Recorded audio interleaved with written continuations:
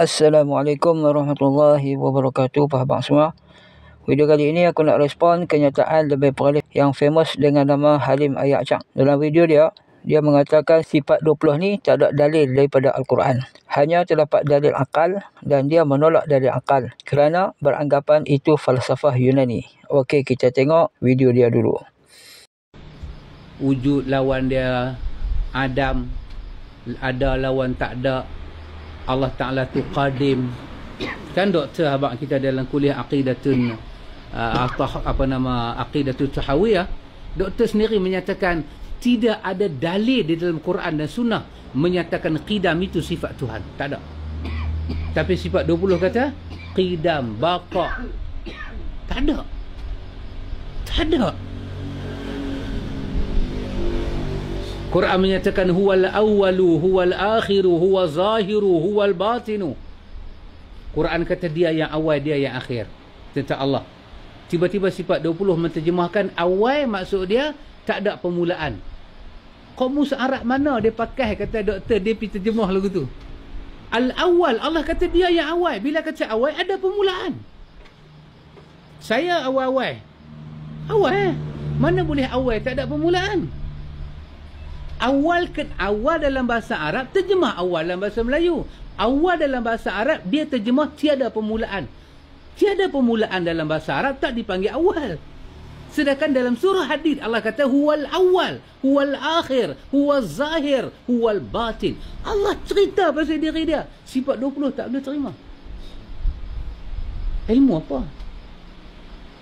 Ini kata Imam Malik, Lau kana al-kalamu ilm, kalaulah kalam itu satu ilmu, latakallama fihi as-sahabatu wat-tabi'un. Yang akan belajar ilmu ni sahabat dan para tabi'in. Kama ta'allama fil ahkam wa syara'i', macam mana Nabi ajak depa hukum hakam dan syariat. Itu adalah ilmu Nabi ajak. Tapi kan benda yang Nabi tak ajak, sedangkan Allah kata dia paling baik, bermakna bila dia tak ajak, bermakna benda itu bukan agama dan benda itu bukan baik. Macam mana kita boleh ambil dia, kita kata inilah asas akidah. Bila kita tak cenderung belajar sifat 20, dia kata apa kat kita? Wahabi. Wahabi memang akidah dia rosak. Kita bukan pertahan Wahabi, kita nak pertahan awak sedang attack ulama sunnah dengan memakai akidah yang bukan sunnah. Satu orang hamba balik menghadap Tuhan dengan dosa minum arak, berzina, judi, cuma tak syirik aja. Aku lebih suka dia berdiri dengan dosa judi daripada dia berdiri Tuhan dalam dada dia ada sifat 20. Itu dia. Oh, dahsyat tak dahsyat. Nak kata apa? Ilmu ni tak ada di zaman sahabat, tak ada. Baik, Mamun ni dia selalu mengkritik benda yang dia tak tahu dan tak suka. Tak salah nak kritik, tapi kena tahu dulu benda yang nak dikritik. Kena kaji dulu, kena study dulu. Kalau tidak, akan berlaku mengkritik perkara yang tak patut dikritik. Pertama, dia kata sifat 20 tak ada dalil Quran dan hadis. Kalaulah Mamuni membaca lebih sikit saja, maka dia akan tahu bahawa kesemua sifat 20 ini ada di dalam Al-Quran. Tapi itulah kelemahan lebih perlis. Suka menolak perkara yang mereka tidak tahu. Tetapi tak tahu sesuatu perkara, tak semestinya perkara tersebut tak wujud. Sifat 20 diketahui di dalam Al-Quran dengan dilalah iltizamiyah. Allah tak sebut terang-terang bahawa dia ada sifat-sifat seperti kudrat, iradat dan lain-lain. Tetapi bila Allah berkata dia berkuasa atau qadir, maka sudah tentulah Allah ada sifat berkuasa atau kudrat. Bila Allah kata dia berkehendak atau murid, maka sudah tentulah Allah ada sifat berkehendak atau iradat. Jika Allah kata dia mengetahui atau alim, sudah tentulah Allah ada sifat pengetahuan atau ilmu. Jadi begitulah cara ulama-ulama mengisbatkan sifat-sifat 20 dari Al-Quran yang tidak diketahui oleh lebih perlis. Untuk menenangkan hati hampa, aku kongsikan dalil-dalil sifat 20 dari Al-Quran Adapun dalil akal yang dipakai di dalam perbahasan ilmu tauhid adalah untuk menguatkan lagi dalam berhujah saja. Tak perlu dalil Quran sebab sifat 20 tu kita ambil dari Al-Quran dah. Aku hanya sebut nama surah dan ayat sahaja. Kalau nak baca dan terjemah jenuhlah. Jadi panjang. Hampa boleh tengok sendiri dalam terjemahan Al-Quran. Baik, pertama sifat wujud. Boleh lihat dalam Al-Hadid ayat 4. Qidam surah Al-Hadid ayat 3. Baqa surah Ar-Rahman ayat 27. Mukhalafatuhu lil hawadis surah Asyura ayat 11. Qiyamuhu ta'ala binafsihi surah Ali Imran ayat 2. Wahdaniyah surah Al-Ikhlas ayat 1. Kudrat surah Al-Qamar 49. Iradat surah Al-Qasas 68. Ilmu surah Yusuf 61. Hayat surah Al-Furqan 58. Sama surah Taha 46. Basar surah Al-An'am 103. Kalam surah An-Nisa 164. 7 lagi dalil dia sama dengan dalil sifat ma'ani yang 7 tu. Inilah dalil sifat 20 dengan dilalah iltizamiyah. Bagi budak Wahabi mungkin tak jelas sebab mereka ni bendul. Mereka nak Tuhan sebut sebiji-sebiji baru mereka faham. Kemudian aku nak respon pasal mamu pertikai dalil qidam iaitu surah Al-Hadid ayat 3 yang bermaksud dia yang awal dan dia yang akhir. Mamu kata qidam maksudnya tidak ada mula. Sedangkan al-awwal artinya ada mula. Dia kata kamus mana kata awal artinya tak ada mula. Kemah dia ni. Kita kata yang betulnya hang tu tengok kamus mana. Dalam kamus kata al-awwal tu artinya yang pertama atau yang terdahulu. Bukannya maksud ada mula. Jadi maksud ayat al-awwal tu ialah Allah yang terdahulu atau yang pertama sebelum ada sesuatu tanpa ada mula kewujudannya. Nabi sendiri bersabda dalam hadis Muslim, Sahih Muslim, Allahumma antal awwal falaysa qablaka syai' wa antal akhir falaysa ba'daka syai'. Nabi bersabda, wahai Tuhanku, engkaulah yang pertama, maka tidak ada sesuatu sebelum engkau. Kalau ikut fahaman mamu, iaitu maksud al-awwal tu ada mula, maka terjemahan dia jadi macam ni. Wahai Tuhanku, engkau yang ada mula, maka tidak ada sesuatu sebelum engkau. Kan pelik jadi dia. Dan berlaku kontradik. Sebab perkataan Nabi, Falaysa qablaka syai'un, yang bererti tidak ada sesuatu sebelum engkau, menunjukkan kewujudan Allah itu qadim, tak ada mula.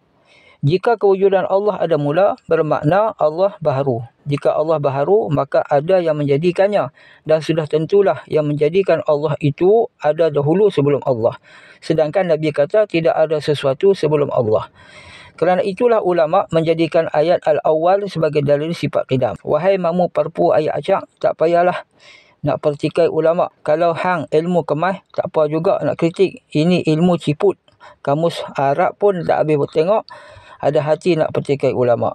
Nak kencing budak-budak Wahabi, bolehlah.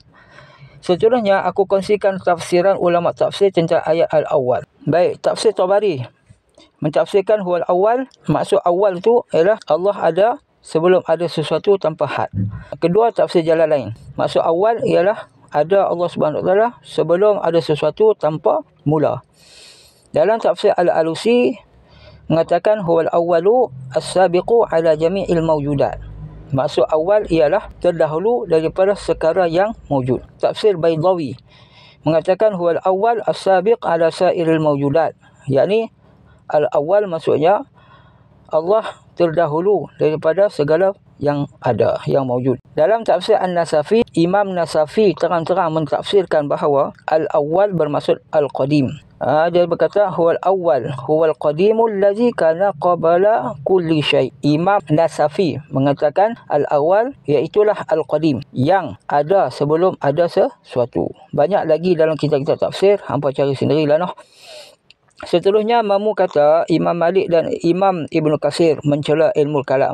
Bukan Imam Malik saja, dalam video yang lain mamu kata Imam Syafi'i pun mencela ilmu kalam. Kita pun kata macam tu. Bahkan kita kata ulama salaf pun mencela ilmu kalam. Tapi ilmu kalam mana yang dicela, jangan pukul rata. Lebih-lebih perlih ni suka bagi tahu pada masyarakat sekerat-sekerat saja. Macam ilmu kalam ni. Mereka cerita Imam Syafi'i, Imam Malik, Imam Abu Hanifah, imam-imam lain yang mencela ilmu kalam. Setakat itu sahaja mereka bagi tahu.